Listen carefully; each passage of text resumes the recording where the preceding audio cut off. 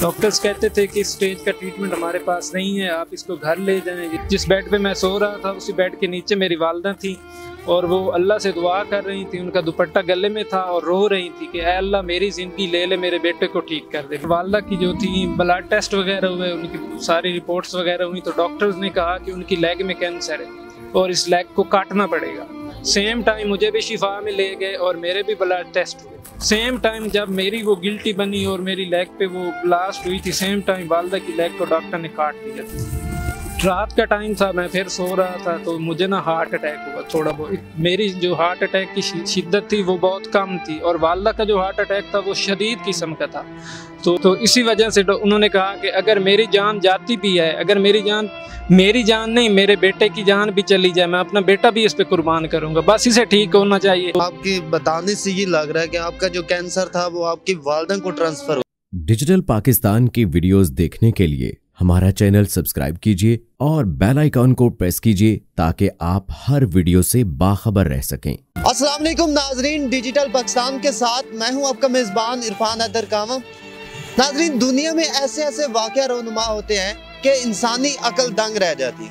आज एक ऐसी ही मौजज़ाती स्टोरी आपकी खिदमत में लेकर हाजिर हुए हैं जिसे सुनकर आप हैरान और परेशान हो जाएंगे। जी हाँ नाजरीन, हमारे साथ मौजूद हैं फ़हीम रज़ा, जिनको इंकशाफ होता है कि ये ब्लड कैंसर के मरीज है और वो लास्ट स्टेज है। तमाम तर डॉक्टर्स इनको जवाब दे देते हैं कि आप अब चंद दिनों के मेहमान हैं, आप जिंदा नहीं रह सकते, लेकिन ये हिम्मत करते हैं और अपनी हिम्मत नहीं हारते।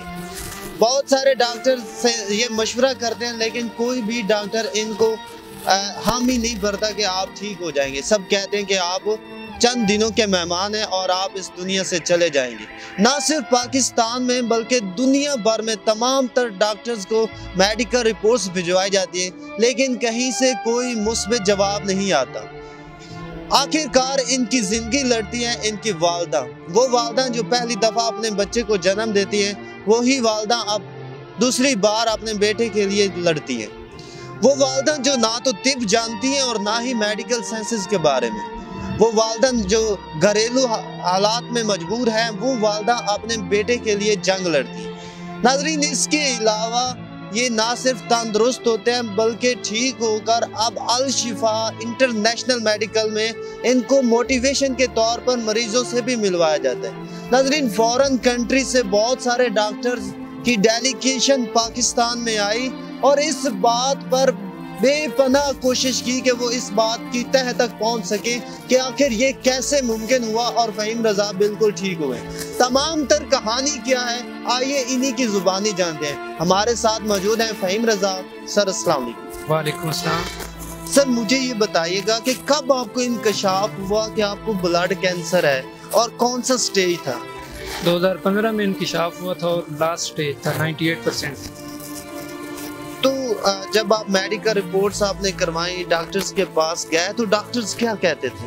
डॉक्टर्स कहते थे कि स्टेज का ट्रीटमेंट हमारे पास नहीं है, आप इसको घर ले जाएं, ये जो टाइम है ये फैमिली के साथ स्पेंड करें, तो इसको इधर उधर मूव ना करवाएं, बेहतर है कि इसको घर ले जाएं, इसका बचना नामुमकिन। इसमें आपकी डॉक्टर्स की इलाज के साथ साथ आपकी वालदा का बहुत बड़ा हाथ है। मुझे ये बताइएगा, आप इस बात को एक्सप्लोर कीजिएगा कि आपकी वालदा ने कैसे आपकी ज़िंदगी बचाई है दोबारा। हम इधर से गए थे जंग से इस्लामाबाद, पहले गए थे, उधर था वो शौकत खाना, तो उधर डॉक्टर्स को चेक करवाया, उन्होंने कहा कि स्टेज का ट्रीटमेंट हमारे पास नहीं है।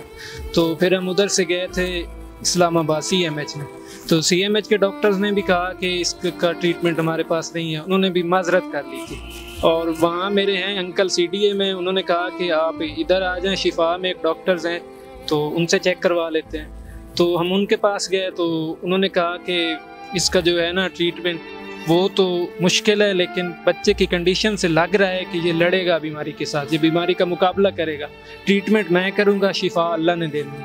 तो पहले हम जंग से जब इस्लामाबाद गए थे या लाहौर गए थे तो हमने वालदा को नहीं बताया हुआ था कि मुझे ब्लड कैंसर है या मैं पेशेंट हूँ या इस किस्म की कोई बात उनको पता नहीं थी। तो उनको सिंपल यही बताया हुआ था कि मुझे हेपेटाइटिस है, तो उसके लिए मुझे वो पहले लाहौर जाना पड़ रहा है और अभी इस्लामाबाद से मेरा ट्रीटमेंट होगा।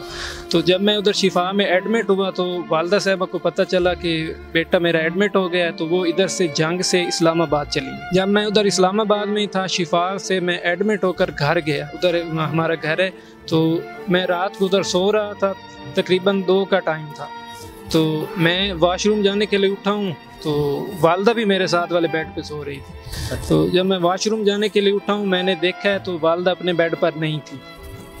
तो मैं वॉशरूम गया हूँ, वहाँ से होकर वापस आया हूँ। तो जब मैं वापस आया हूँ तो मैंने इधर उधर देखा कि पता नहीं ये कहाँ चली गई हैं। जाहिर सी बात है, रात को उठ जाए तो टेंशन तो होती है। मैं यही सोच रहा था कि पता नहीं वो कहाँ गई हैं। मुझे किसी के रोने की आवाज़ सुनाई दी, तो मैंने गौर किया तो वो जिस बेड पे मैं सो रहा था उसी बेड के नीचे मेरी वालदा थी और वो अल्लाह से दुआ कर रही थी। उनका दुपट्टा गले में था और रो रही थी कि ऐ अल्लाह मेरी ज़िंदगी ले ले, मेरे बेटे को ठीक कर दे, मेरी ज़िंदगी ले ले, मेरे बेटे को ठीक कर दे, इसकी जो बीमारी है वो मुझे दे दे, बस इसे ठीक होना चाहिए। तो उसके बाद मेरी तबीयत ख़राब हो गई। जाहिर सी बात है, वालदा की कंडीशन औलाद इस तरह तो नहीं देख सकती, तो मेरी भी तबीयत ख़राब हो गई। मुझे वो लेकर शिफा में चले गए, तो वालदा साहबा की भी तबीयत ख़राब हुई, तो उनको वो CMH से चेक करवाया।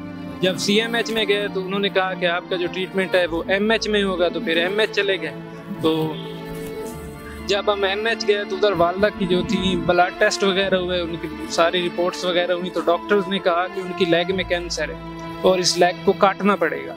सेम टाइम मुझे भी शिफा में ले गए और मेरे भी ब्लड टेस्ट हुए, तो डॉक्टर्स ने कहा कि अब आपकी जो बीमारी है वो ख़त्म हो गई है, अब हम इसका जो नेक्स्ट है ना ट्रीटमेंट वो ये करेंगे कि ज़िंदगी में ये दोबारा कभी वापस ना आए। सेम टाइम जब वालदा को तबीयत ख़राब हुई, मेरी भी तबीयत ख़राब होगी। मैं उधर एडमिट हो गया, वालदा MH में एडमिट हो गई। तो MH में एडमिट होने के बाद वालदा की तबीयत दिन ब दिन बिगड़ती चली गई। उनकी वो डॉक्टर्स ने कहा कि इनका जो है अभी हम इनको घर नहीं भेज सकते, उन्होंने उनको उधर एडमिट कर लिया और मैं भी शिफा में एडमिट था।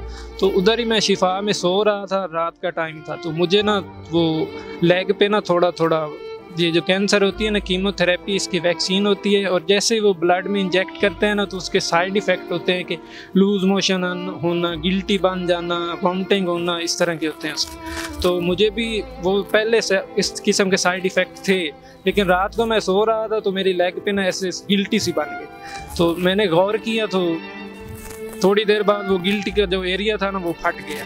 तो मैंने नर्स को कॉल की, नर्स आई, उन्होंने कहा कि आपके लिए ये गुड न्यूज़ है, ये जो कैंसर है ये कीमोथेरेपी के बाद एक जगह इकट्ठी होती है और जिस्म के उस हिस्से को ब्लास्ट कर देती है, और ज़्यादातर ये पेशाब की नाली को डैमेज करती है और वहीं पे इसका ज़्यादा अटैक होता है। और अभी आपका जो है वो लेग पे हुआ है, तो आप बहुत लकी हैं, तो इसकी हम सिंपल सी सर्जरी करेंगे और ये जल्दी ठीक हो जाएगा।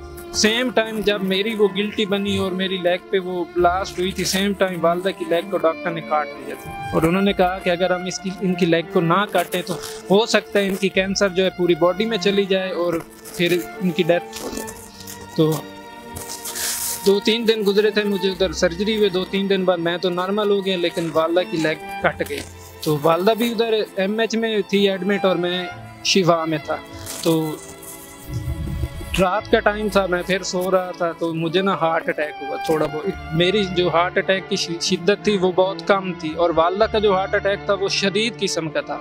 तो मेरा जो हार्ट अटैक था वो ज़्यादा इतना नहीं था, डॉक्टर ने सिंपल सी वो दिया मुझे ट्रीटमेंट और मैं ठीक हो गई। और वालदा का जो हार्ट अटैक था उनकी डेथ हो गई उधर MH में, और मैं अभी आपके सामने हूँ अल्हम्दुलिल्लाह बिल्कुल ठीक।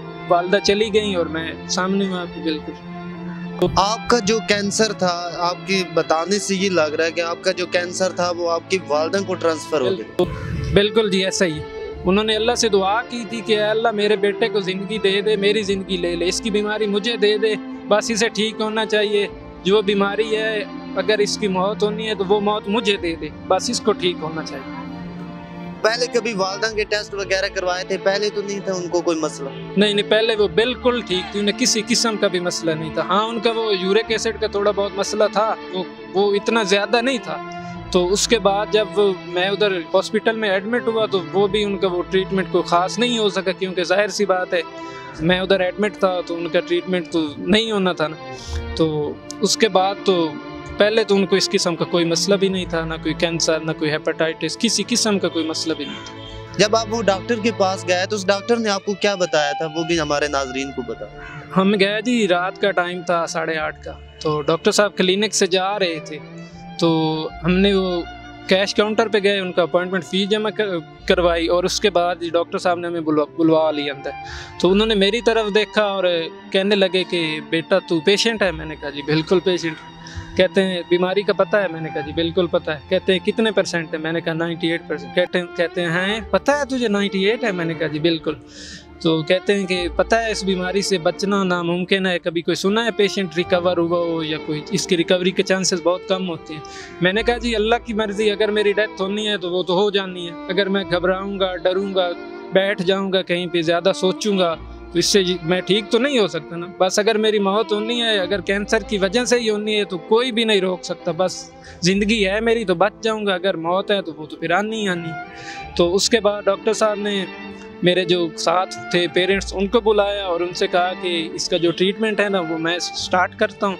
ट्रीटमेंट मैं करूँगा, शिफा अल्लाह ने देनी है। मेरी तरफ से किसी किस्म की ट्रीटमेंट में कोताही नहीं आएगी।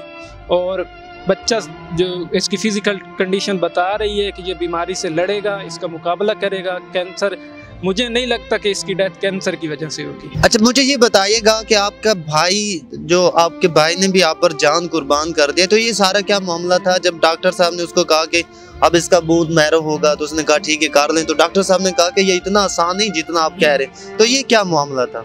मैं उधर ही एडमिट था शिफा में, तो डॉक्टर साहब आए और उन्होंने कहा कि ये जो इसका अभी जो कैंसर है ना इसकी वो ख़त्म हो गई है, तो इसका अब जो ट्रीटमेंट होगा, नेक्स्ट ट्रीटमेंट वो BMT है, बोन मैरो ट्रांसप्लांट। तो बोन मैरो ट्रांसप्लांट भाईजान ने कहा कि आप कर दें, कोई मसला ही नहीं, अगर है ज़रूरी तो कर दें। डॉक्टर साहब ने कहा कि आपने बोल दिया और मैंने कर दिया, कोई ये इतना इजी तो नहीं है।